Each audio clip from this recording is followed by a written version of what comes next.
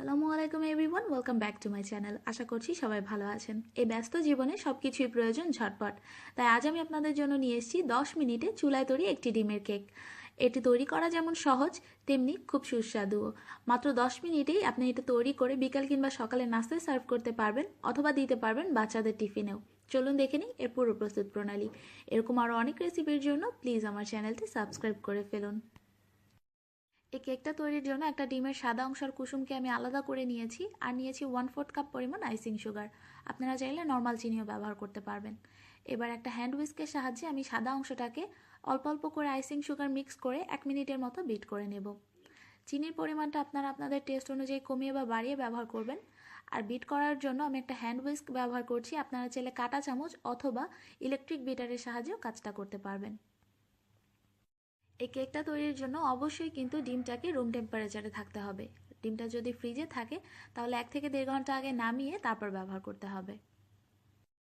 দেখুন 1 মিনিটের মতো বিট করে নেওয়ার পর এটা এরকম সাদা হয়ে গেছে আর একটু ফোমি ভাব চলে এসছে।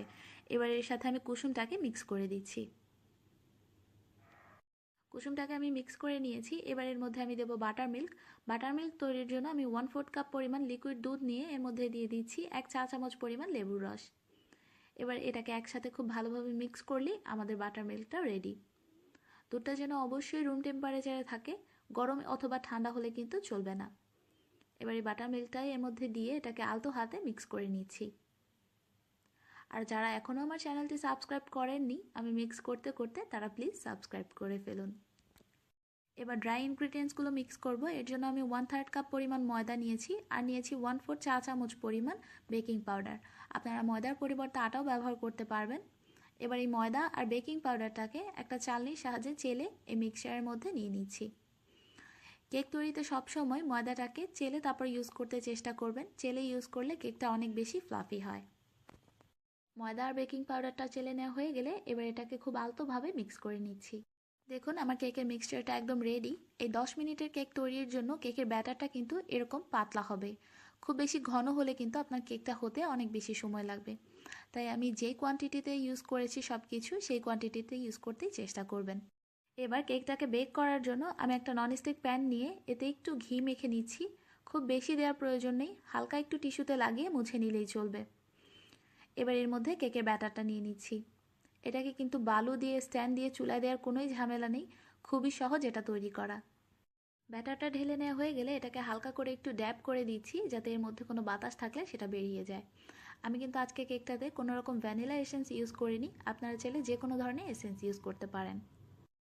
এবার চুলার আঁচটাকে একদম লোতে দিয়ে আমি কেকটাকে চুলায় বসিয়ে দিয়েছি আর এটাকে একটা ঢাকনার সাহায্যে ঢেকে দিচ্ছি। ঢাকনাতে যদি কোনো ছিদ্র থাকে সেটাকে অবশ্যই বন্ধ করে দিতে হবে। এবার অপেক্ষা করব ঠিক ঘড়ি ধরে 8 মিনিট। প্রায় 7 থেকে 8 মিনিট পর আমি ঢাকনাটা সরিয়ে নিচ্ছি। এই 7-8 মিনিটের মাঝখানে কিন্তু ঢাকনাটা সরানো যাবে না। দেখুন কেকটা হয়ে গেছে। তারপর আমি টুথপিক দিয়ে চেক করে নিচ্ছি। টুথপিকটা যদি ক্লিন বের হয় এর মানে কেকটা হয়ে গেছে। দেখুন টুথপিকটা ক্লিন বের হয়েছে, কেকটা হয়ে গেছে। এবার কেকটাকে আমি চুলা থেকে নামিয়ে নিচ্ছি। কেকটা নামিয়ে নেওয়ার পর এরকম একটা পাতলা স্প্যাচুলার সাহায্যে আমি কেকের চারপাশটা আগলা করে নিচ্ছি যাতে এটা ঢালতে আমাদের সুবিধা হয়। এই কেকটা তৈরি করতে অবশ্যই চেষ্টা করবেন ননস্টিক প্যান ব্যবহার করতে। নর্মাল প্যান ব্যবহার করলে কেকটা খুব বেশি পরিমাণে লেগে যেতে পারে। কেকটাকে আগলা করে নেওয়া হয়ে গেলে এবার প্যানের উপর একটা প্লেট বসিয়ে এটাকে উল্টে নিলেই খুব সুন্দরভাবে কেকটা বেরিয়ে আসবে।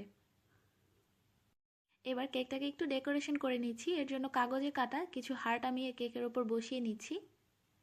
এরপর একটা চালনিতে কিছুটা আইসিং সুগার নিয়ে এর উপর ছিটিয়ে দিচ্ছি।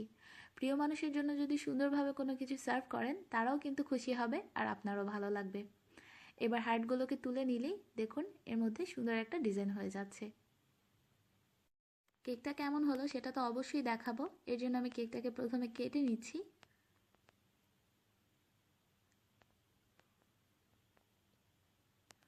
দেখুন কেকটা কতটা ফ্লাফি হয়েছে আর এটা কিন্তু অনেক সফটও হয়েছে।